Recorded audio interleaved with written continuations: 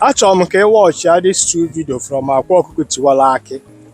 O nwere ife nchọ ka njiri this two video kọwalụ gị nwa bụ nwanne nne ege m ntị.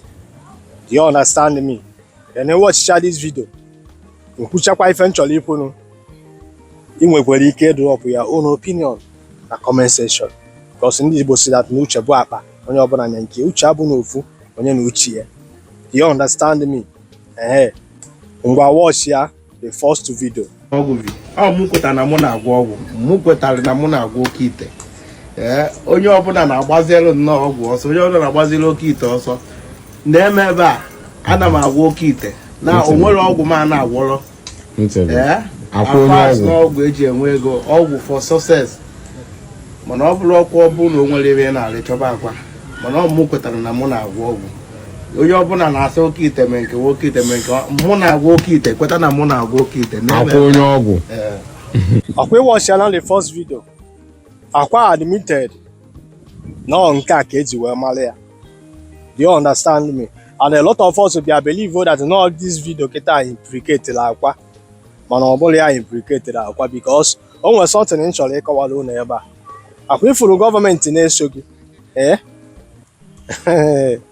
Yala dama. Like I said, don't video me one certain time on a lot of ndị today on this social media. There is the investigation going on this year, but you don't know. A lot of native doctor, a lot of young stars, young billionaires in Igbo today. There is investigation going on ICG, but you don't know.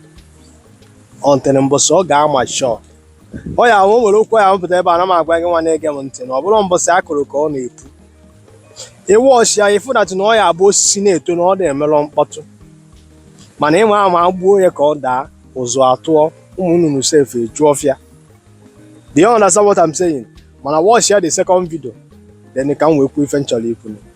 The video that is going viral. Yeah. It's not my page that posted the video. And the law, you said you know about the law. Yeah. I hear about Okite. I know that you see when I hear go to my page, you see nothing like that. Okay, you know you have already stopped it. Yeah, because they say Okite do this, okay, I just stop it. But that Okite, now we give them that name. Okite will not be my name. Okite na the son and way. But now because of that one, they're there for what? So, gentlemen, we are going to push for it. We must. So, we want to see those things. Okay? We want to even see where you do these things. And then the evidence that what you're doing. And then even your shop. Okay? Where it is, and that is what the law says. And failure to get all these things, of course, you know the consequences. I will add you also. So get the team ready. We'll investigate him first. As at this point. Now, one nigga the reason you were playing this two video. And the reason you were playing this two video. One, okay, got that na government. If for government called the Naka people to stop to anything. Now what can you play this video? No matter how powerful it is, government will tag you are going down. No matter how influenced it is, government chetegi when the meaning ruana. No matter how spiritual and powerful it is, government when one sapete page gi a bag of fire service water. That's all quaffing na alo ekwenchi e. Ga-apụta ebe a na-agwa gị eziokwu. Na n'ife na-agwa gị. Ifuru ụzọ akịtị ị na-esi na o nwere chi na-eche gị. Ị na-eje agwa ọdụ echi, ị na-agwa oke ite, ị na-eme ibobo, ị na-eme ala agba aka, ị na-eme the must pay, pocket never dry, azụ anya afọ ntị. You know, ụmụ kanka ọgwụ anụ nwere na-agba iche enwe hope. Get disappointed one day because you're going to get disappointed. You understand what I'm saying? But you have if you use na-aga ọchịchị dị m na-agba gị ife mụnwa dị sure, m na-agwa gị ife mma because ị ga-akra ya ha daa ino ma ị pịtọgharịcha aka ị na-apịtọgharị in the name of na ị chọrọ ibute ego.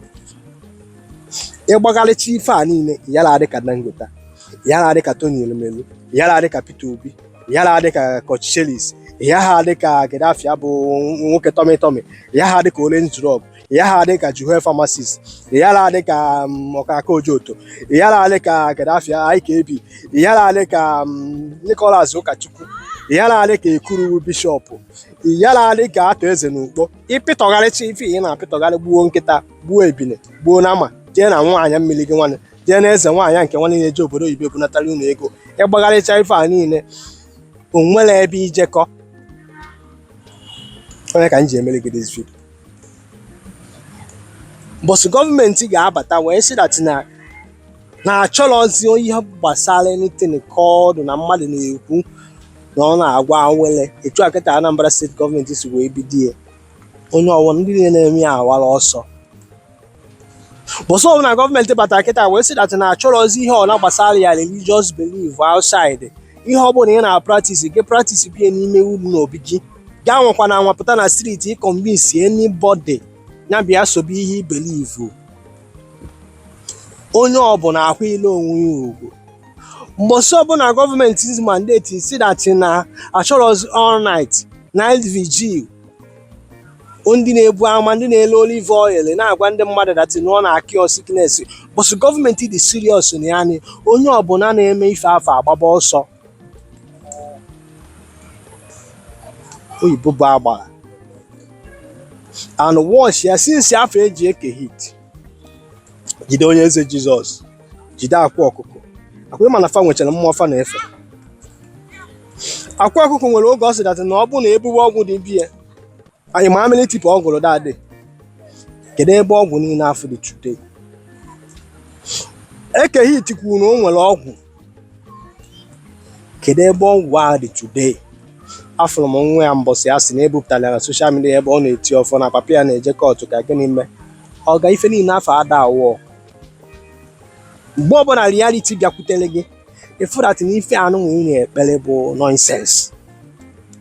Nothing nwere power dị there because ọ gị na-anọrọ ya ọgụ. Ọ gbaji ụdọ ọrụ gị ọ gbagha gị. Watch ya onye ọbụla na-aka akụ ekpukperechi ọfụ na anụrụ chi afa na-ekpere ọgụ. Nụkwazi ọgụ nke fa ka chifa na ọlụfa ọgụ ọbụrụ problem. Ihe anụ ọgụ chi gị nụkwa ọgụ nke gị. So kedu the benefit of ije efe chi ya afọ? Anyị nwere chi nwa agbara mana ndị Fulani herdsmen na-achụsịsị anyị n'ala Igbo. Mana ị nwere chi nwa agbara. Ịghọtago? So my last comment n'issue a kịta bụ that na asị nka nkọwalị gị akwa ọkụkọ ga-apụta n'ije a, eke hit ga-apụta n'ije a, onye eze Jizọs ga-apụta n'ije a. Very sure na lati napping and ịgwọrụ ndị orie ọgwụ maọbụ ịgwọrụ ndị na-akọmiti crime cybercrime ọgwụ that na lawyer ye defend the first strike n'udo straighten mkpọrọ ga-afa ọwụ maka nke na na-emelụ mmadụ awụlụ nke a bụ oke ofe nkupu because ma pastọ ma dibịa ndị ọzọ na-emechi ife niile afọ. Onye ọbụla na-ekwu prosperity. Bịa gwere olive oil na Jizọs ga-enye gị prosperity.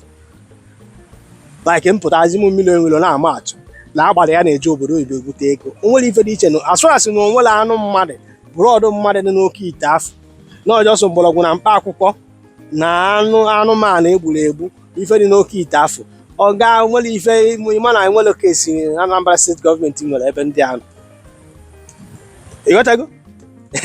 Ihe nnọ ya wee mere nwe ogwusi menye nwa anọsi ike anụrụ n'ife ihe wee ahọrọ ụmụ chi ọzọ ahọrọ ụmụ gbuo echi no ahịa akpụ isi kpụọ afụ ọnụ a na-egbu mbe edebe ọla. Ịghọta na ife a na-agba ọdụ ụzọ ife na one ma one eji wee pin these people down and they need ife a na-akpọ a reasonable lawyer ga-defend these people ka fa nwee ike strike nwụọ this allegation dị n'isi fa. Mam reason nji agwa gị ihe a ọ bụ na enwere reasonable lawyer ifuru eke hit ifuru akwa ọkụkọ ifuru onye eze Jizọs fa ga-end up na prison. Jee dee ife a ngwala gị ma ọ bụ na enwere reasonable lawyer oyibo karịrị mmadụ karịa gị, karịa ma religious belief gị, ma karịa chi gị, karịa mmiri gị, karịa ihe ọbụla ị na-akpọ afa. Bụsị reality ga-enweta gị nwanne nne gị m ntị n'ife a na-agwa gị ka ị pụta ebe ị na-asọ isi. Bụsị reality ga-enweta gị, ị ga na-echeta ife a niile m na-agwa gị, gwa gị ati na onwere any God any spirit na-enye na-eche maka gị, na-eche maka ọdịmma gị. Ọdịmma gị bụ n'aka gị ka ọ dị. If you want to design your future, bido tata.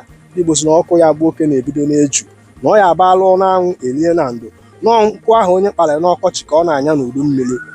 The reason m ji agwa gị ihe ahụ ka anyị sapa anya gị, bido kịta mebe the right thing maka echi. Ka emesịa, help one share this video.